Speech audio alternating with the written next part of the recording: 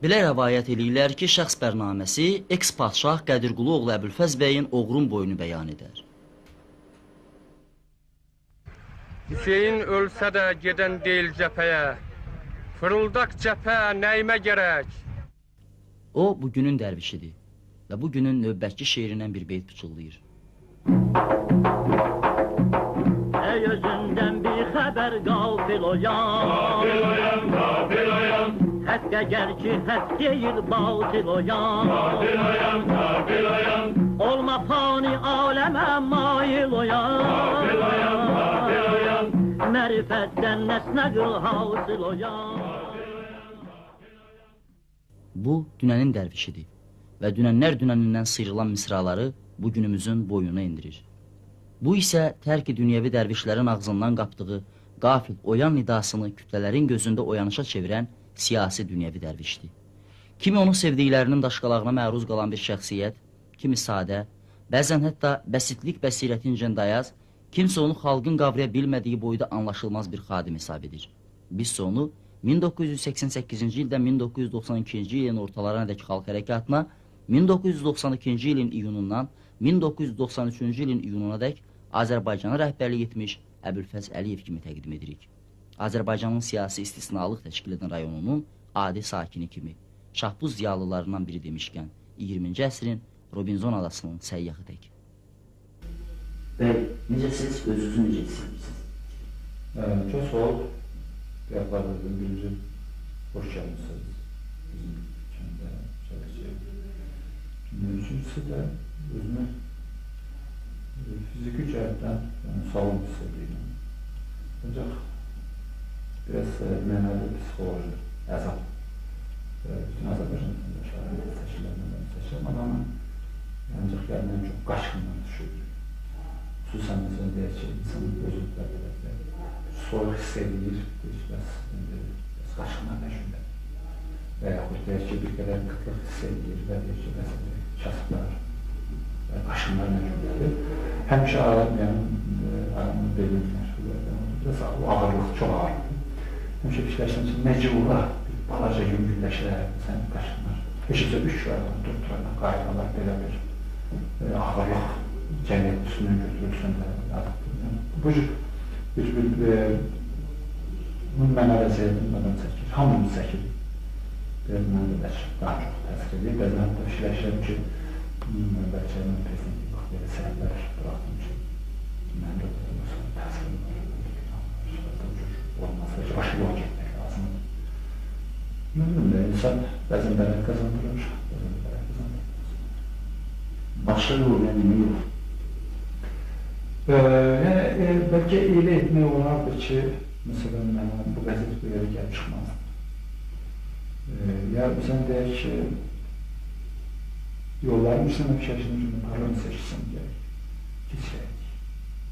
Amma biz də onu da sonra fikirləşirsən ki, parlamenti qol versən, ləb edəcəksən. Biz parlamenti baxırsalıq nə qədər baxdır? Rusiyada parlament məsələsi nə cür? Məcəddədə çıxartdı və bəlkə elə parlamenti ləb edəndə yenə bir şey olacaq. Sonra Gəncə hadisəsi məsələsini ki, bəlkə başqa cür eləmək olardı Gəncə hadisəsində. Nəyisə tərs oldu, nəyisə tərsçənlik oldu. Bunlar bir şey, sonra fikirləşsəm ki, yox, Gəncə hadisəsinin arxasında, mən həmişə deyirəm, Gəncə hadisəsinin arxasında, yəni 709-un qiyamın arxasında Moskva da oldu. Yəni bir şeyin arxasında sonra Barnikovlar oldu. Dəqiq mən görüşü var, o işləri var. Və onun üçün Rusiyanın böyük şəxsiyyətləri durur. Burada məsələn deyək ki, əli olmayan, məsələn, Yelçinin əli yoxdur deyək. Çernomorqanın və yaxud Qaydarın, bunlar belə şeylər hoşlanmır. Onun üçün demiş, hərbi, polis və imperiya təxəyyüllü adamların üçün burada əli var. Bu güzel güç çatmaz, bu çevirəcək. Bəlkə Rus ordusunun çıxarılmasının acımızdan aldılar başqa bir yerdə. Bunlar da mövcud bir şeydir. İkililerin arasında kapalı. Yeni iki versiya var. Bir versiya var ki, Əbülfəz İlçi Bey rəhbərliyi iqtidar yıxıldı. İkinci versiyada bu mənbədir ki, Əbülfəz İlçi Bey rəhbərliyi iqtidarı yıxdılar. Yıxılmaq və yıxdılar ifadə arasında çok zor. Yıxtılar. Yıxtılar. Moskva yıxtı. Bunun sürəti gücü şəxsi şey deyildi. Nə sürəti, nə dedəki ola bilir, yox. Bunlar sadəcə də onlar kömək edilər Moskvaya, oradakı olan qruplar. Yerdə birləşmişdir, gözünün qabağında sosial demokratlar birləşmişdir. Deyək ki, Amir oradan iştirak edirdi, çox fəal. Yar iştirak edirdi, çox fəal. Demək ki, hətta təsəvvür edilmişsin deyək ki, Ayaz Mütəllibovla Heydər Əliyevin komandası tamam bir-birini düşməndir. Orada onlar da birləşmişdir.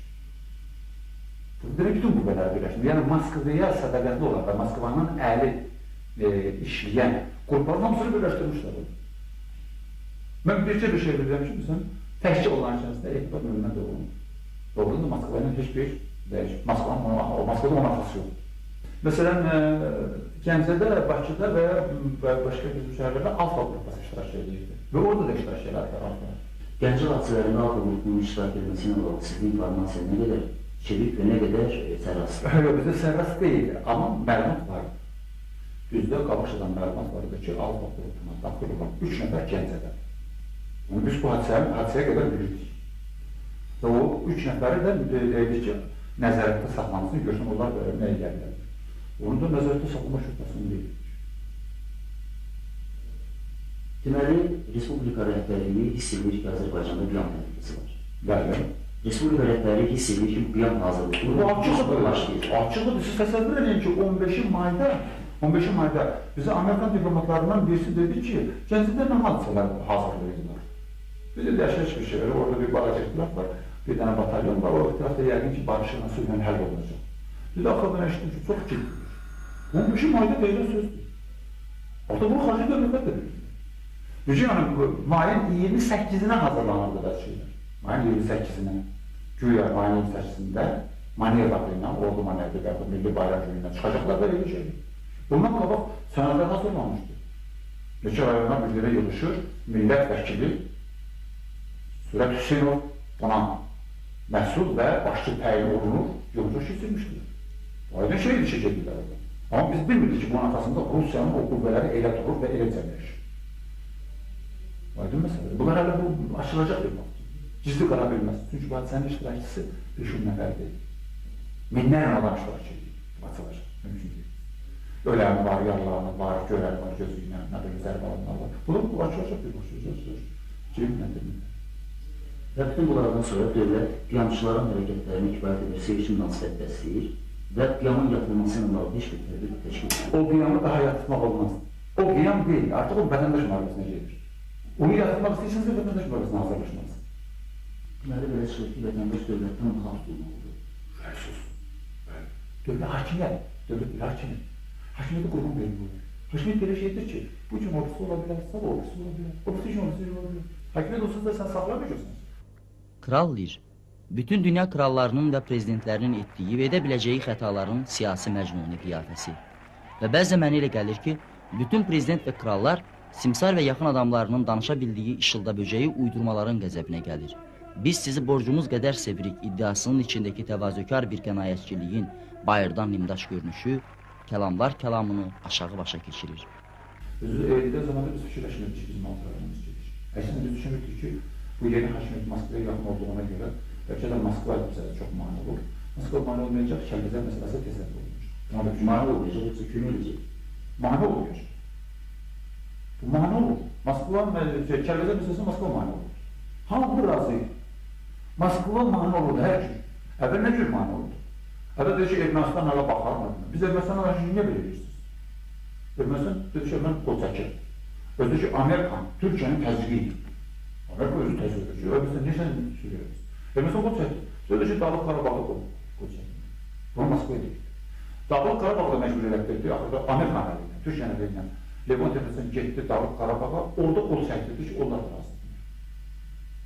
Bunun sonra dedilər ki, 2 batalyon var, o tabi olur ki. Biri Altan tərəfdə, biri də Kəlbəcərdə.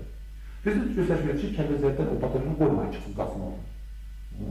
Qabağa saxlayırlar. Və Ağdamada hücum edirlər, orada da hücum şahmanı, bir də hücum edirlər, bir neçə nəfər, itkilərlə qayıtlar səşdir. Biz onu saxlayırıq ki, bu batalyonları nə qədər saxlayırıq. Və bu şey sürətlənsin və təzyiq edirlər. Moskva mani olurdu. Moskva mani olurdu məsələ. Və siz Respublika Prezidentiyiniz və Moskvanın mali olması müəyyən mənada Respublikanın rəhbərliyinin rəhbərə münasibətində özünü göstərməlidir. Yəni, Boris Nikolayev işləyən qüvvəsini edilməlidir. Belə bir söhbət olmuşdur. Yox, onu Moskva edəmir. Yəni, dedim, Moskva hərbi qüvvələri edir. Və siz Moskvada da o hərbi polis qüvvəsi var. Yeltsin onu müddəri edən də onu. Onu tabi deyil çox. Biz təsəvvür edirik, məsəl üçün, Moskvanın hərbi qüvvələrindən, hərbi dələrindən tam satılır, təyyarə satılır. Yeltsin nə xəbər var? Onu burada vasıl satır. Yəni, o Moskva hərbi polis sistemi, yəni geçmiş KGB və geçmiş Sovet ordusu idarə olunmaz bir anarxist bir cəmiyyətləşir. Siz təsəvvür edin ki, məsəl üçün, Barannikov özünü ağa sanır. Baxın, Rusiyanın müdafiə naziri, Ermənistan müdafiə naziri, Azərbaycan müdafiə naziri, Rəhim Qasir. Soçidə müqarla bağlıydı. Ki, atış dayandırılsın. Və burada qüvvələri bilmiyoruz. Barannikov da doğru. İşləşir olacaq. Barannikov kim? Rusiyanın təhlükəsizlik nazirinin burada nə işi var? Onda elə ki, onda gəlir Ermənistanda təhlükəsizlik naziri, Azərbaycan təhlükəsizlik naziri də olaydı. Demək, Barannikov da gəliyək sənə. Və incə siz dediniz ki, inanırız ki, Moskva Rusiya mali olmayacaq. Və bu mənada, yəni, Bibalca belə deyək də optimizm var, sizin içərisində.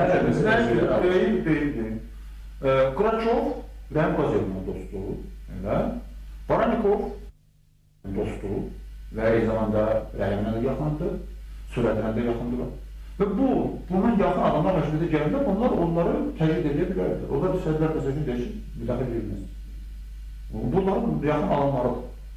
Bunların xatirini bunlar müəyyən qədər kömək edə bilərdir. Bu da eləmədir. Və sonunda belə bir versiya mümkündür. Tutalım, həmin günlər Sovet Çernovçuların tərəflərindən biri Respublikanın keçmiş prezidenti Ayaz Mütəllibovun hakimiyyətə qaytarılması idi.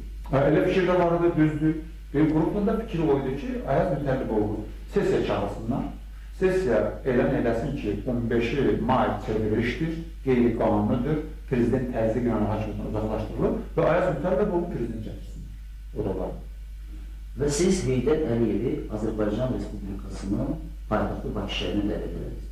Mənə elə gəlir ki, Ayaz Mütəllibovu Moskva bağlılığı Heydər Əliyevi Moskva bağlılığından nisbətən daha artıqdır. Niyə məsələn bu dəvətnaməni siz şifayət edildi olsa, Ayaz Mütəllibovu göndərmədiniz? Yox, orada belə idi bizdə. Şimdi burada bir şərt vardı. Biz fikirləşirdik ki, zid qüvvələri birləşdirir. Heydər Əliyev gəlir, ya baş nazir. Əsas onunla fikirləşdim, baş nazir. Və koalisyon hükümət yaranır.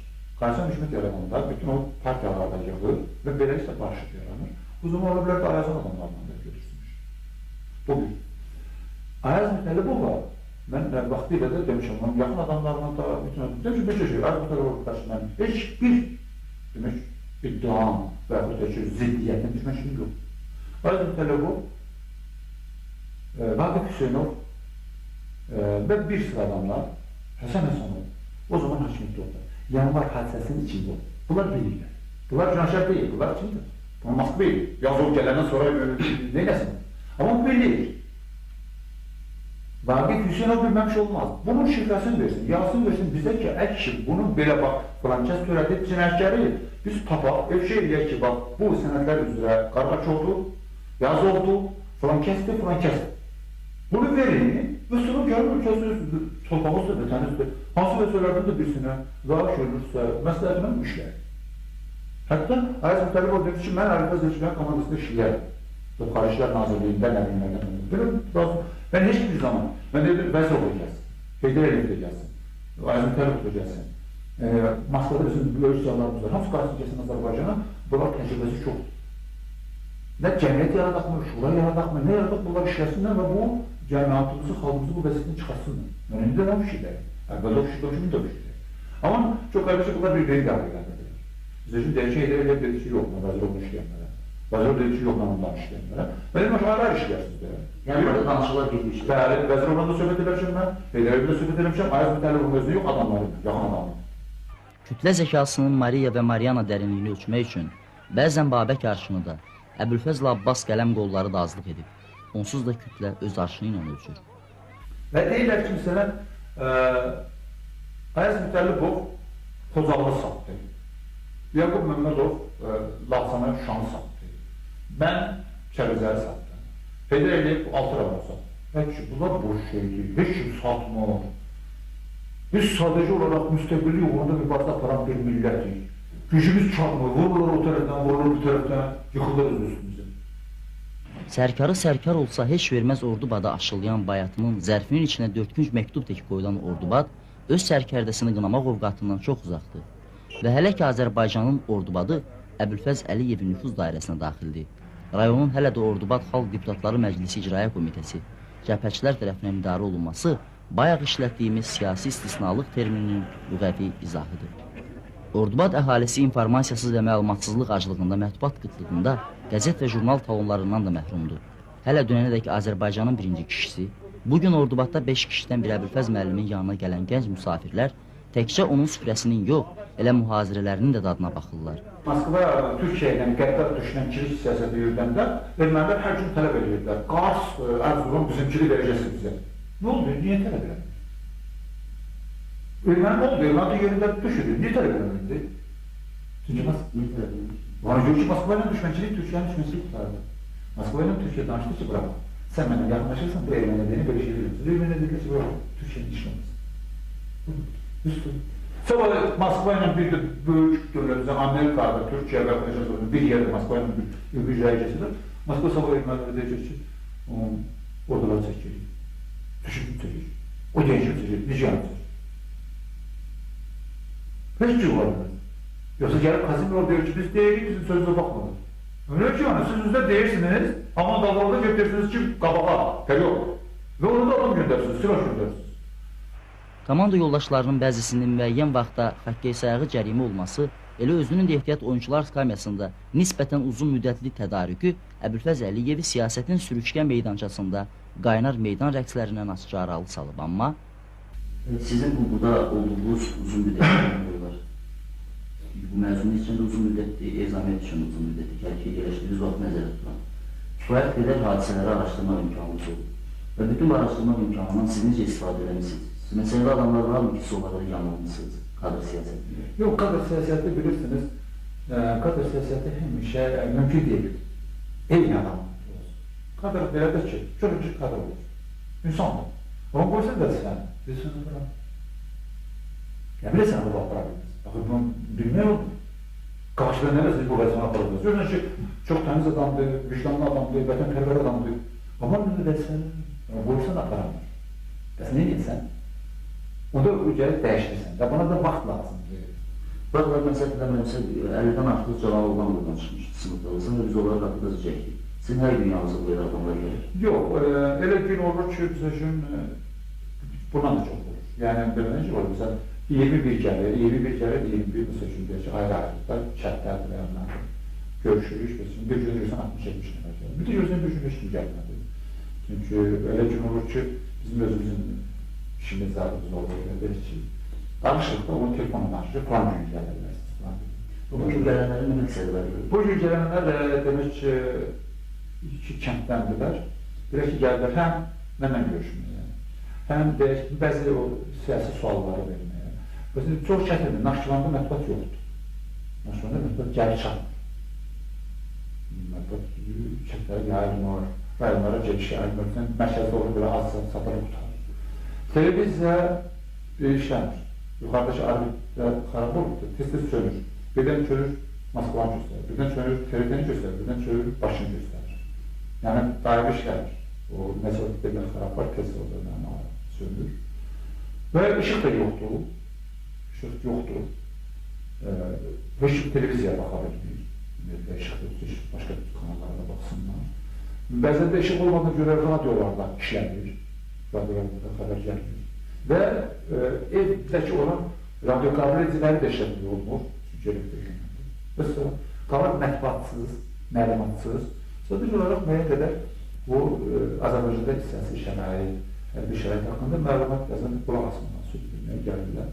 Bunlar çox bir səsizliklər əsasən cəbhəçilərdirlər. Amma bunun içərisində cəbhədən və başqalarına da yaşlı kişi də olur, ruhanisi də olur, sonra yaxtan da olur, başqa partisi də olur. Gəlirlər, otururlar, sonra öyle Pəkələkə gələndən sonra necə dəfə Ordubaddan kənara çıxmaq imkanınız oldu? Mən heç bir zaman bu kənddən kənara çıxmamış. Sizi ev dustağından nə fərqləndirir və nə oxşar? Heç bir şey, mən kənd dustağı olabilir. Ev dustağı, kənd dustağı. Demək ki, mən bu kənddən bir yuxarı kəndə bir dəvə çıxmışam, yuxarı kəndlər bir cürəsin kimi öyle bir cürəsin. Böyle dağa bir böyle söyle çıxmışım haqqında. Bir də sənət də bu erməni sənədlərimiz var, onlara baxın ki, haradan nəfər, uşaqlar nəyə gəlmələr, və bir hadisə olarsa bir də şeylərə belə bax. Söhbət edir həmişələrdən, müdafiə məqsədində olur, söhbət edir. Yoxsa heç bir yerdə, buradan aşağı kəndə də hiç yeməmiş. Hətta elə olur ki, məsəl üçün, mənim yaxın adamlarımın başqa rayonlarda kənddə ya toy olub, ya da matəmli olub, oralarda çıxıb edilməmişəm. Çünki bunu çox bölürlər, söhbət edirlər, gedibdir, oradan qatışdırır. Ya ki, mən naşıranı qatışdırırım. Mən həmçə naşıranda bütün buralarından məktubdaşlarını sağladım, deyirəm ki, çalışın, qarşı tutmalısınız. Eğer ki siz yaxın vaxtında Bakıya verəcəksiniz. Bu məsələ bilirsiniz, çox mürəkkəb məsələdir. Mən Bakıya verməm, mən ülkə hakimiyyətə etibar edəm. Sizi əli işini iqam edin? Yox, mənim bir elə o bir vaxt parlamentə siyasi məsuliyyət siyasına salıblar. Güya sizin evdə axtarış aparılanda orada şkafdan, dolabdan Heydər Əliyevin partiyası çıxır. Əgər belə bir partiyat olursa, bu sizin yoxsa sizin qardaşınızın Heydər Əliyevin məhəbbətini? Yox, bu belə deyil. Məsələni kimlə belə dolaşdırıb-dolaşdırsın. Mən özüm Naxçıvanda dostum var, fotoçu. Mən özüm ona sifariş vermişdim. Bir baxmayın. Heydər Əliyevin hərbi vəziyyəti, hərbi və mülki. Hərəsindən bir 30 şəkil göndərmişdim. Mənim yoldaşlarım tanışıqlarında bana bağışlayırdı. Mənim öz otağım ki var, o otağa imdatlarım. O birisi qardaşım evindədir. O otaq ki, o qapısı var. Orada gedib sözlərin arxasını, içərisini atlasırlar, orada Heydər Əliyevin hərbi şəkili də var, mülki şəkili də var. Qardaşımın evindəki isə, qardaşımın oğlu bunu universitetdə şəkili tapmışdı. Orada boy küfrə pəncəriyə var. Bu götürmüşdü. Elə vaxtçılarda gözbədə də kimsə bir qorxulmuş nəyəcəkdir. Bu gətirmişdi. Bizdə orada şkaf var. Bu da vurmuşdu şkaf. Şkafa vurmuşdu, içərdə. Özdəki biz nə qorxmaqdan, nə bilinmədən, hiçbir şey. Böyle, rəqətən. Mən də deyim ki, mən Heydər Əliyevin müəllim oxlarım, uzun bir rəqətində olub. Tamam mı? 300-dən də. Azərbaycan Xalq Cümhuriyyəti sədri olanda siz Respublika Prezidentinin namizədliyi üzərində tutmuşdunuz və biz o vaxt sizə bir sualla müraciət etmişdik ki, Hörmətli Əlbəfəz bəy, siz Azərbaycan Xalq Hərəkatının indiyəcən qazandığı bütün reytingi risk altına qoymuşsunuz ki, və o vaxt siz mənə Türk maqlarından birinin 4 sırasını qarşılatmışsınız ki, mən sənə xarqan demərəm, xarqanlardan çıxarsan xarqan olmazsa, mən sənə paşa demərəm, paşadan çıxarsan paşa olmazsa, mən sənə bəy deyərəm, bəylər həmişə bəy olur. Və mən üstündən xeyli keçəndən sonra həmin sualı bir də sizə vermək istəyirəm. Azərbaycan Xalq Hərəkatının lideri Əlbəfəz Elçibəy üstünə götürdüyü o boydan məsuliyyətin altında özü necə hiss edirdi? Faktiki olaraq indi necə hiss edir? Azərbaycanda mən onun qəzetlərin birisini dedim. Azərbaycanda indi prezident olmaq faciəvi şəxs olmaq. İstərsə Əziz Mütəllib olsun, istərsə mən, istərsə Heydər. Faciə içərisində. Yəni, bunların vəziyyətinə ifadə var, qibtə edicilik deyil. Buna qibtə etmək olmaz yəni. Elə bir pis vəziyyətdədirlər ki, bu adamlar, onlara heç bir cür qibtə eləmək olmaz. Azadlıq. Azad olmaq ana ilə bahəm uşağa da aiddir. Onlar bir-birindən azad olurlar. Bəli, biz bir-birimizdən azad oluruq və bu azad olmaqdan ağrılı şey yoxdur. Yəqin Məcnun da elə bu səbəbdən ağlamışdı. Elə Kral Lir də dünyaya qəhqəhə çəkərək gəlməyib. Bir də ki, biz dünyaya gəlmirik axı, düşürük. Eşidirsiniz? Qalxmırıq, düşürük.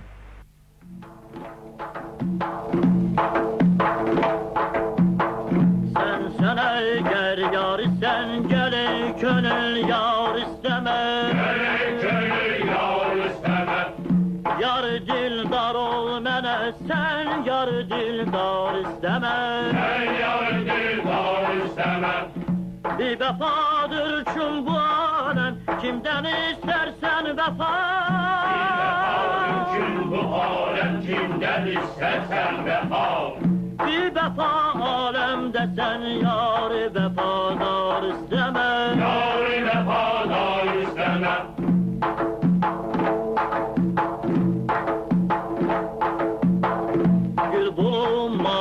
Tikanlı dünyanın bağında çün Bu dünyanın bağında çün Hepsem ol bihuda gülsüz yerde gülzar istemem Bu yerde gül sağ istemem Dünyanın sevgisi yağır yükümüş benden eşit Dünyanın sevgisi ağır yükümüş benden eşit Nefsine yük etme onu ey sabri zor isteme Seni sabri